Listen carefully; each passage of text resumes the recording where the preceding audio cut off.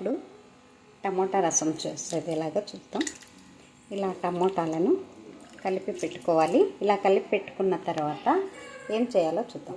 ఇలా కలుపుకున్నాక వీటంతటిని తీసి పక్కన పడేద్దాం. ఇప్పుడు జీలకర్ర, ఇలా వెల్లుల్లి రెబ్బలు తీసుకొని రోటిలో వేసుకొని దంచుకోవాలి. ఇలా దంచుకోవాలి.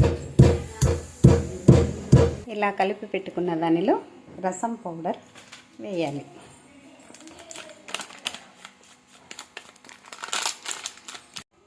స్టవ్ వెలిగించి 2 స్పూన్ల నూనె పోసి మనం దంచి పెట్టుకున్న జీలకర్ర, వెల్లుల్లి పేస్ట్ వేసి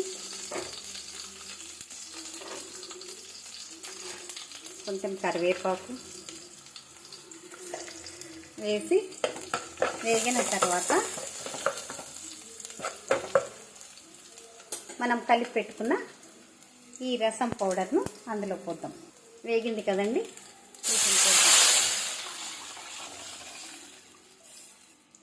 వేసాక కాస్త ఉప్పును వేసి మరిగించాలి.